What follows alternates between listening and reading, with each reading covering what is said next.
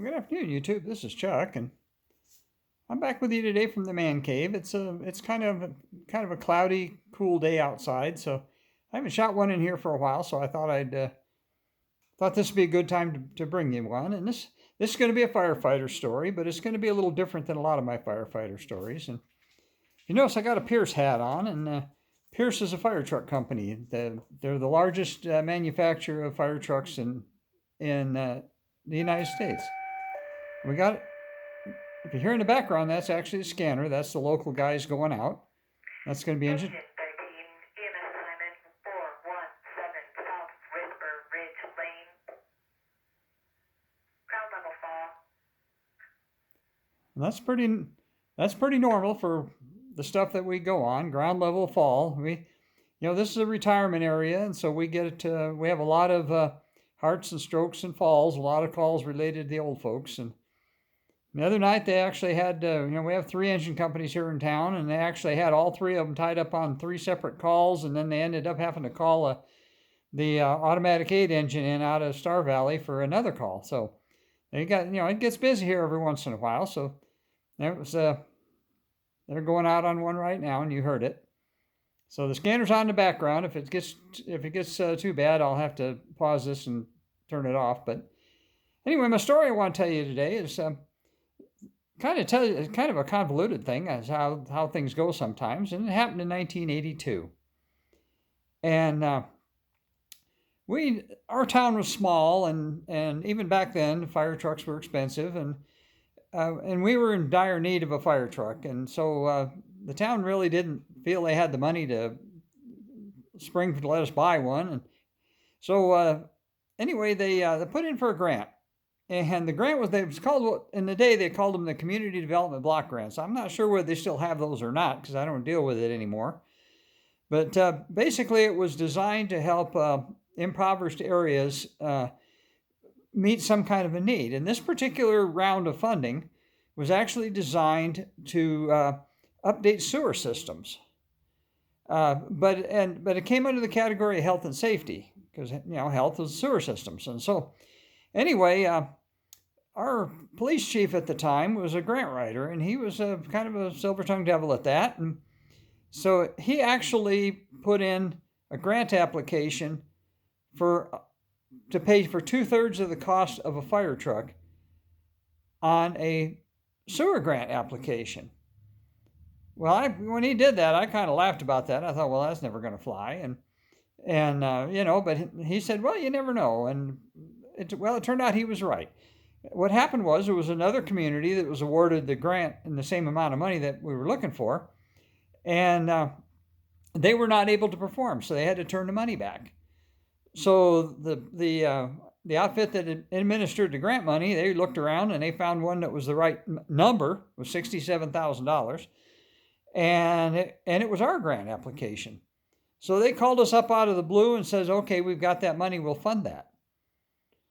Well, the problem was this is already in, I want to say it was probably September.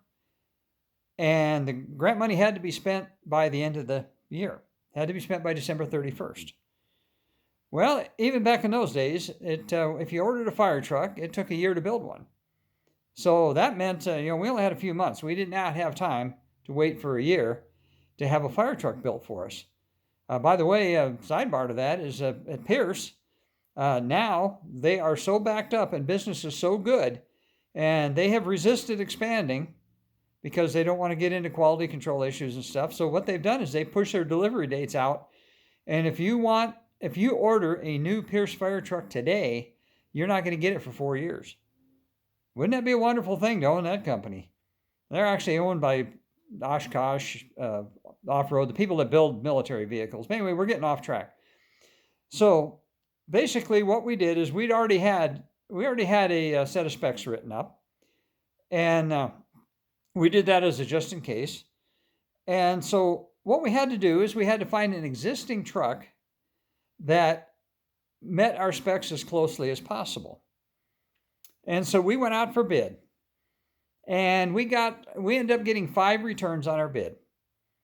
And so the decision, and basically the $67,000 paid for 2/3 of the cost of the truck, and the city was able to pony up the rest of it. And so we got these 5 bids, and they're all over the country. These trucks are, and so I told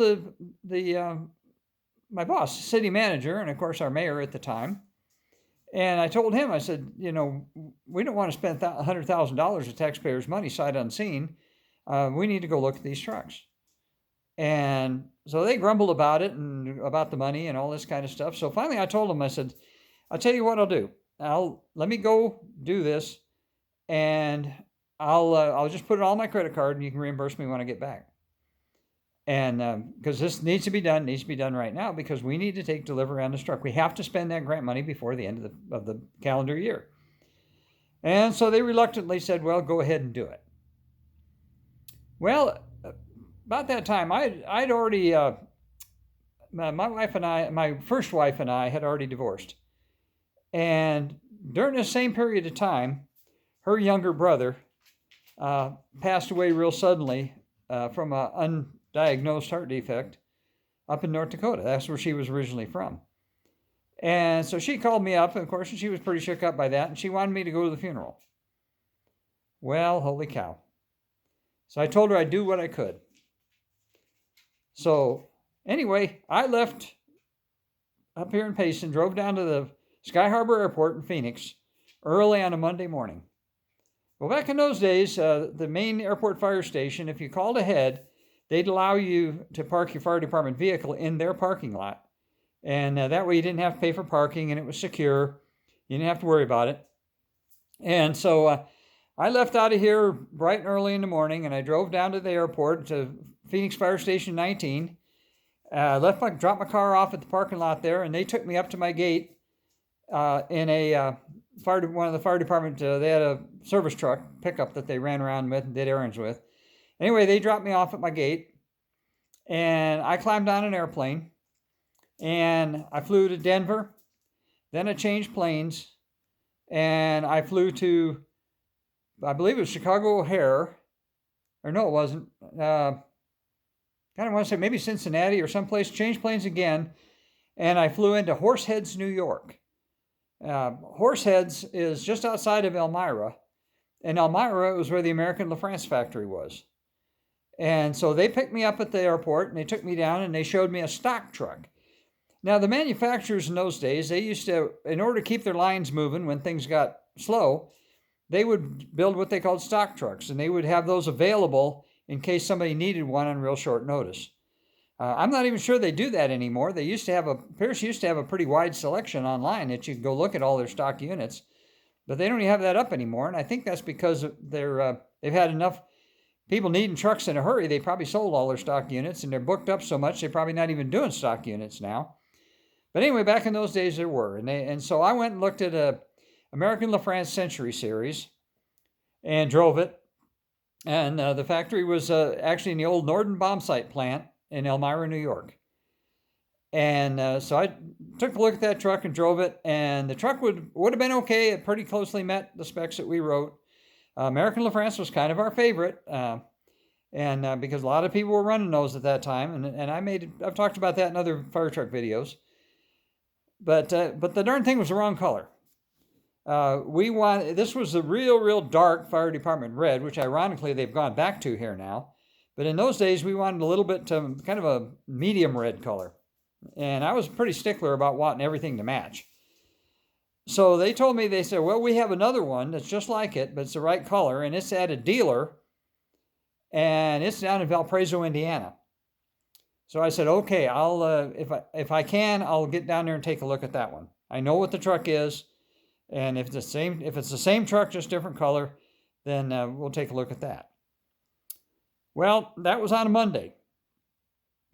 So I climbed back on an airplane, flew. That time I did fly into O'Hare, changed planes, and then I flew from there into Bismarck, North Dakota, and got a rental car and drove to my first wife, my ex-wife at that time, down to her hometown. And the next day, on that Tuesday, I went to her brother's funeral. But as soon as the funeral was over, I drove back to Bismarck, got on an airplane, flew to Minneapolis, Minnesota. Then I got on a commuter plane and I flew up to Appleton, Wisconsin. And Wednesday morning, I rented a car. Wednesday morning, I showed up at the Pierce factory in Appleton, Wisconsin. And I looked at what they had there, and their truck wasn't a stock unit. It was a show unit that they had actually built to take around to shows. It was actually, this was 1982. It was actually licensed as a 1981. It had about 8,000 road miles on it, but it had never been in service as a fire truck. It had just been going around to shows. And so anyway, so I ended up, Wednesday, I ended up looking at that truck. And that ended up taking a tour of the factory. And I ended up taking a big chunk of the day to do that. And later in the afternoon, I was invited up to the Seagrave factory. And Seagrave is located in Clintonville, Wisconsin, which is 35 miles north of Appleton. So after I left the Pierce plant, I drove up to Clintonville. And Seagrave didn't have a stock unit that they were able to bid, but they had one they were getting ready to deliver. And so they showed me that unit, and they said, if you're interested and you got time to have a truck built, we're interested in having your business. And between going to Pierce and going to Seagrave in the same day, that took up a long chunk of the day. So I drove back down, stayed overnight in Appleton.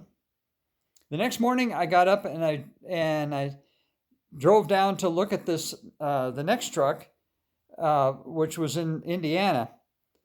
But on the way, I was also invited to stop at the Peter Persch and Company fire truck plant, and that was in Kenosha, Wisconsin.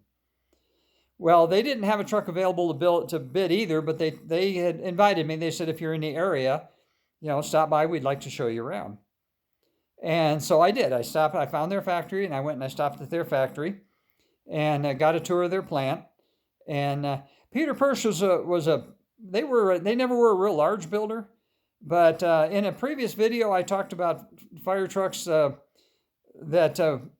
small builders that ended up having lawsuit issues and ended up going out of business. And I talked about one there where a guy was standing up in the seat area in the canopy cab truck, and the truck hit a bump as it was going around a corner, and he was thrown off and killed. And his survivors sued the fire truck manufacturer for building an unsafe product. Well, that was Peter Persch, and that lawsuit put him out of business. And so they went out of business not too long after I visited there. The thing, the Peter Persch company, they were a small builder, but they built everything absolutely from scratch. And they they had a particular style of their aerial ladders that nobody else used. So anybody that knows old fire trucks knows what the Peter Persch ladders look like.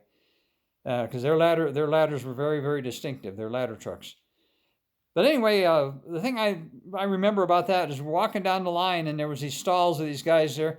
And the guy that was giving me the tour, he said, well, this is old Joe, and he's worked here for 35 years. And this is old Hank, and he's worked here for 22 years.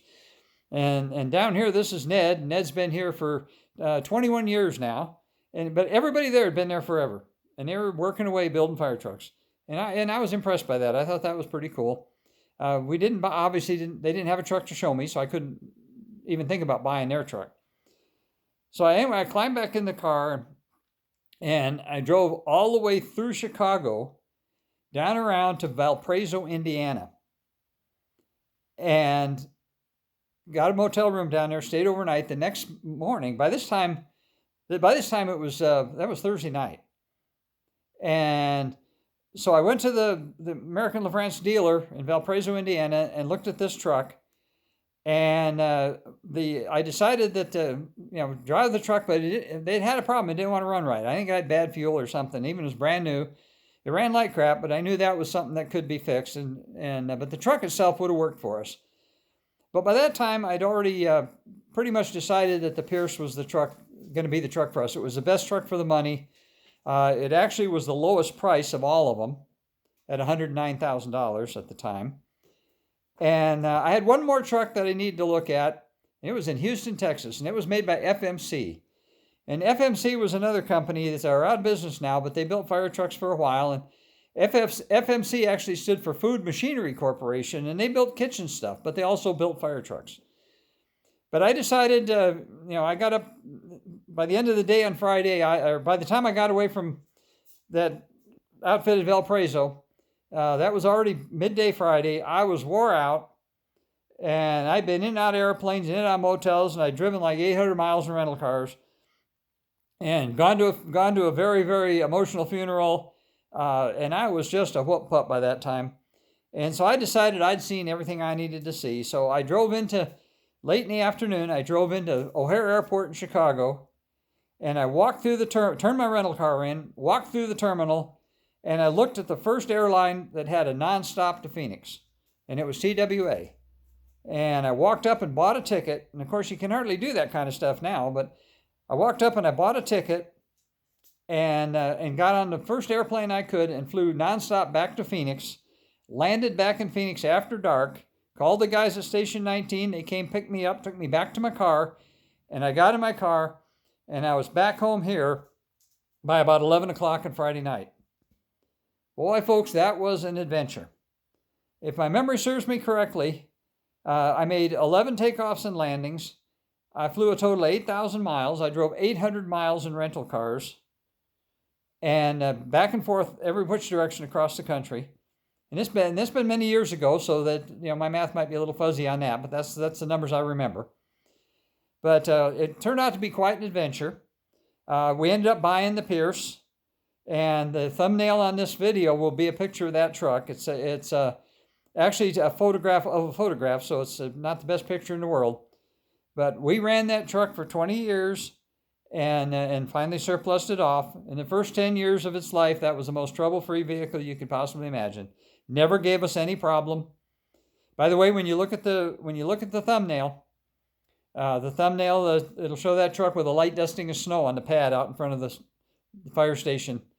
And the guy on duty there that was getting ready to do the morning inspection, the morning I took that picture, he was a firefighter named Mark, and his nickname was Meat. And because he was originally a meat cutter at a supermarket. And I'm going to do a video on him because he's a quite interesting guy too. And he passed away a few years ago. But you'll kind of get a kick out of that one. And I've been putting that one off for a while because he was quite a unique individual. So I think I've let this one run long enough. But that was a story, a little adventure I got to do when I was a fire chief. And man, I was all by myself doing all that traveling, and it wouldn't have been quite so bad, but the funeral was pretty emotional, and I really respected the family. Didn't necessarily get along with the ex-wife, but I did respect her family, and a bunch of them are gone now. Her mom and dad are both gone, and so anyway, that's a story for a different time, but that's my story for today. Like I always tell you, take care of each other, love each other. This is actually the afternoon of Thanksgiving, and I don't know what made me think about this particular story today, but I'm just thankful for everything that I have and everything I've done and able to do, and that's just an example of an adventure that I was able to do as a fire chief many, many years ago. So with that, I think I'll just close out for now. I'll come back with another one here pretty quick. And so right now I'm just going to tell you, peace out.